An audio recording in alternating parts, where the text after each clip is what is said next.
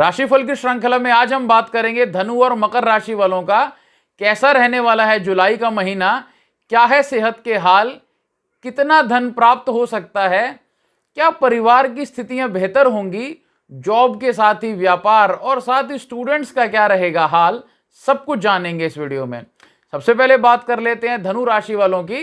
तो देखिए, मुख्य घटक जो आपके इस महीने रहने वाले हैं वो फॉरेन मनी एक मुख्य घटक रहने वाला, साथ ही कुछ बात आपकी सेहत की करेंगे, कुछ अचानक बदलाव आने वाले हैं घर में, और इसके साथ ही सहयोगियों से जो मिलने वाला सहयोग है उसके प्रति बहुत ट्विस्ट आपको दिखाई देगा।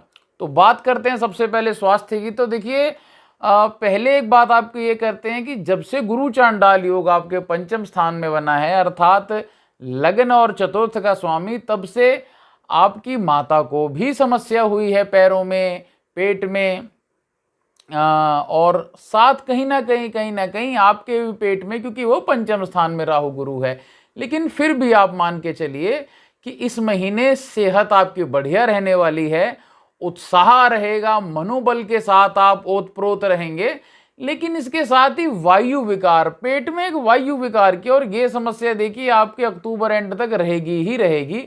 लेकिन फिर भी इस समय सेहत आपकी अच्छी रहेगी। कारण उसका ये है कि यहाँ पर बुध आदित्य योग आपके सप्तम भाव में बना है, जो कि लग्न को दृष्ट कर रहा है।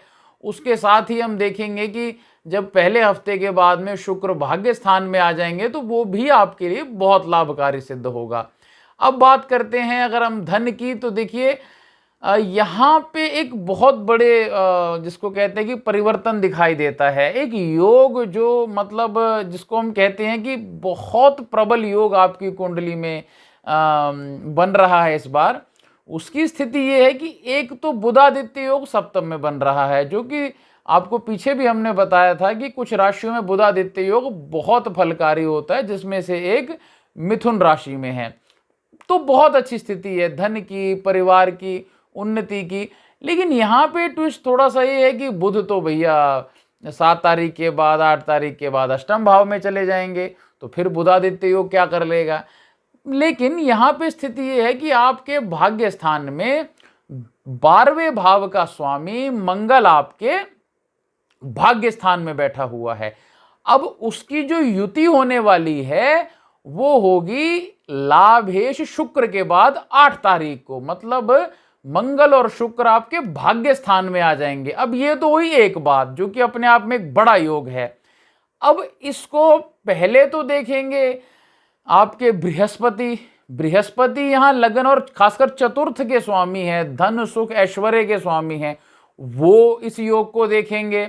और दूसरी बात जो कि मंगल को पुष्ट करेंगे, और दूसरी बात वहां पे द्वितीयेश और पराक्रमेश शनि भी इस भाग्य में इस योग को देखेंगे, जो शुक्र को बलि बनाएंगे, शुक्र को पुष्ट करेंगे। अर्थात ये महीने अचानक धन लाभ के योग दिखाई देते हैं, कोई सरकारी धन प्राप्ति के योग दिखाई देते हैं, विदेशी धन प्राप्ति के योग दिखाई देते हैं, प्रॉपर्टी निर्माण, वाहन में पैसा लगना, वाहन की खरीदारी के बहुत अच्छे योग दिखाई देते हैं। लेकिन 8 तारीख के बाद में यात्रा के भी योग इस समय दिखाई देते हैं, जो लाभकारी यात्रा रहेंगी।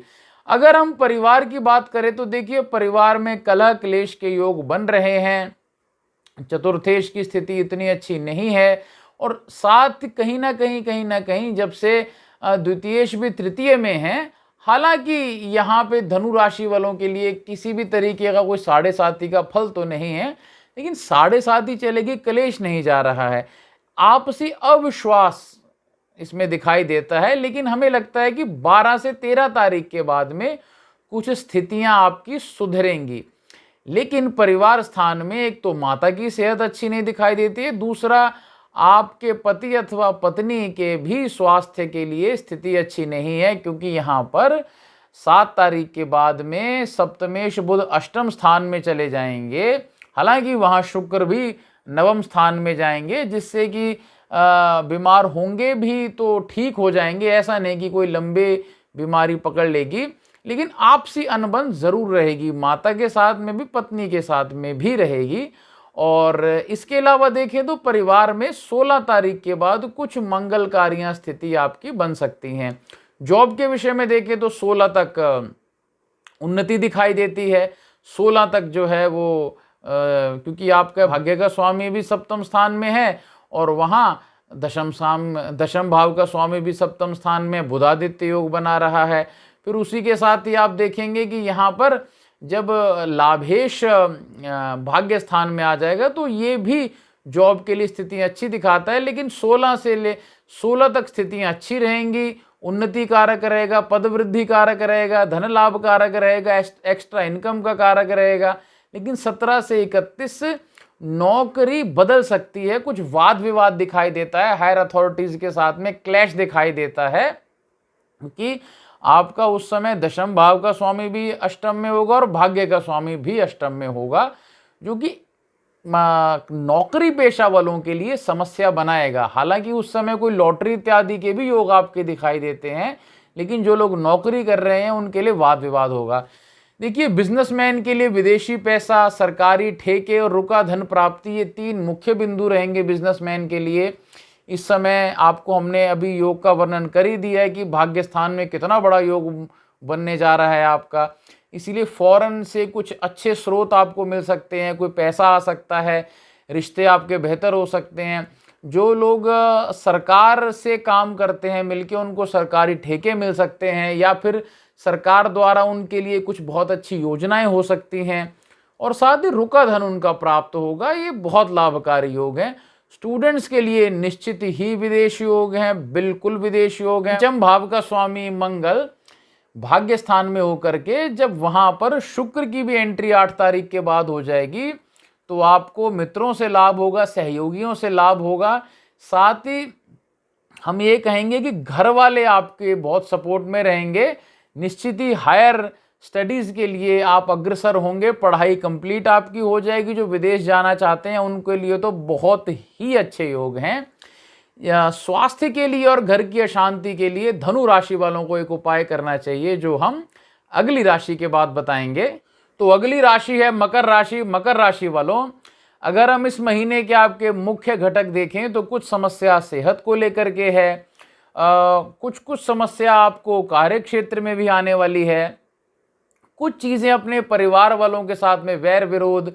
और आप देखेंगे कि जब से गुरु चांडाल योग बना है, एक तो आपकी माता की सेहत में दिक्कत आनी शुरू हो गई, दूसरा आपका थोड़ा स्वभाव बड़ा उग्र हो चुका है। मतलब इतनी बात पे एकदम आप एकदम लाउड हो जाते हैं, मतलब छोटी सी बात पे एकदम, हालांकि उतर भी जाता है गुस्सा वो।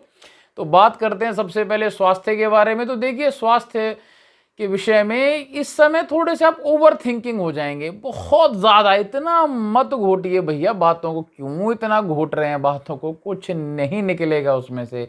ओवर थिंकिंग आप हो जाएंगे। साथ ही आपको दांतों के, मुख के, नेत्र के और पेट से संबंधी आपको रोग दिखाई देते हैं। डेंटिस्ट के पास आपका आना जाना रहेगा इस समय, ईएनटी स्पेशलिस्ट के पास आपका आना जाना रहेगा और हमें लगता है कि आपको उपचार करवा भी लेना चाहिए।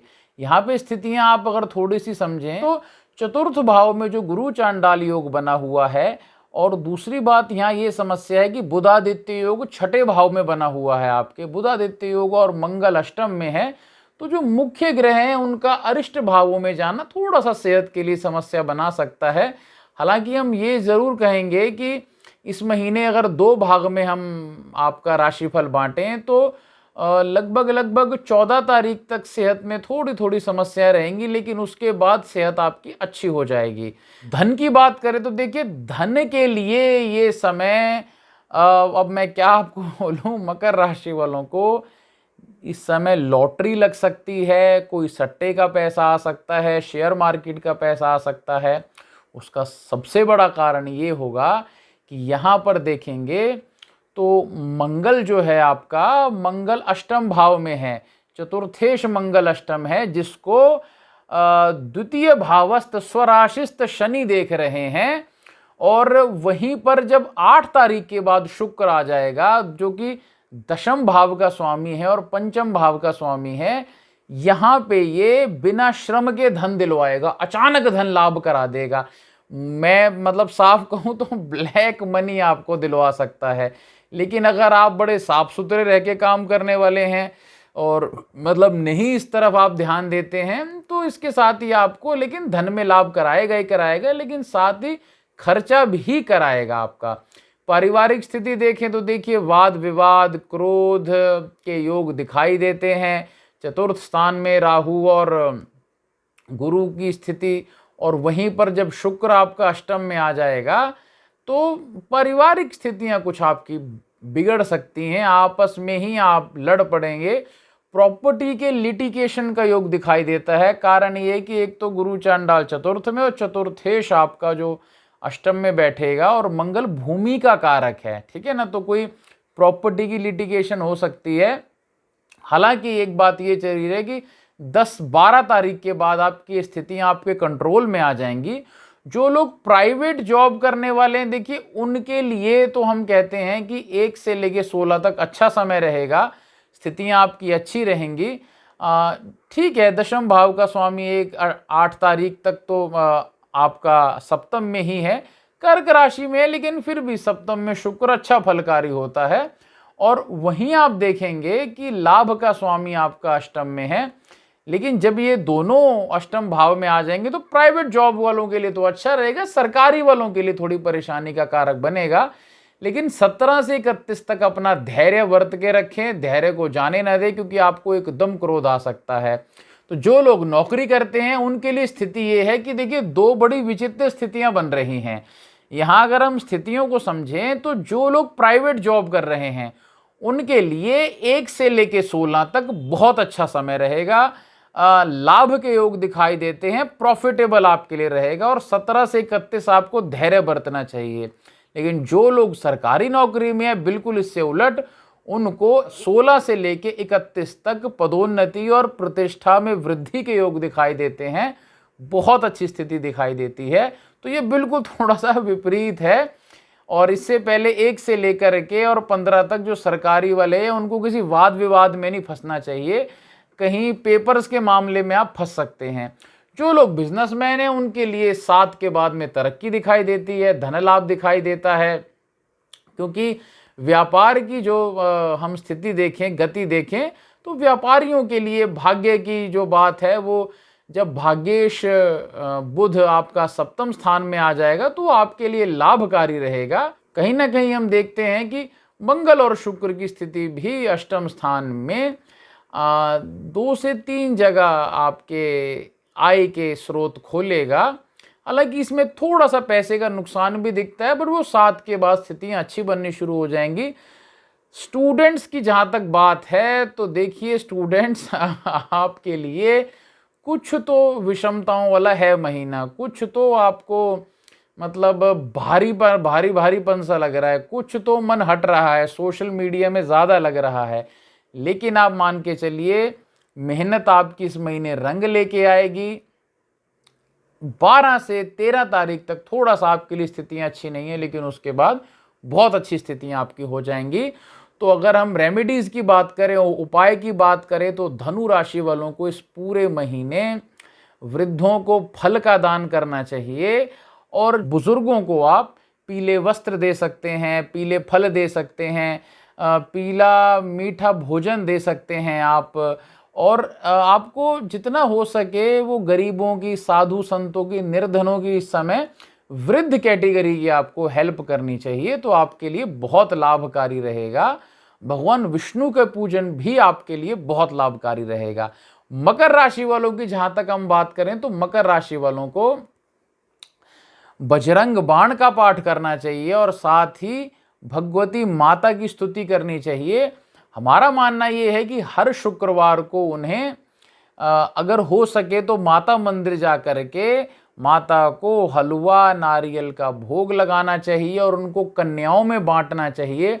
यदि वो कन्याओं को, जैसे जो बच्चे पढ़ते हैं, बच्चियां खासकर पढ़ती हैं, उनको आप स्टडी मटेरियल दान कर सकें अपने हाथ से, बुक्स हैं, कॉपियाँ हैं, पेन है, बैग है, ड्रेस दे सकें, तो आपके लिए बहुत लाभकारी रहेगा। अभी के लिए जय विधि माता, जय महादेव।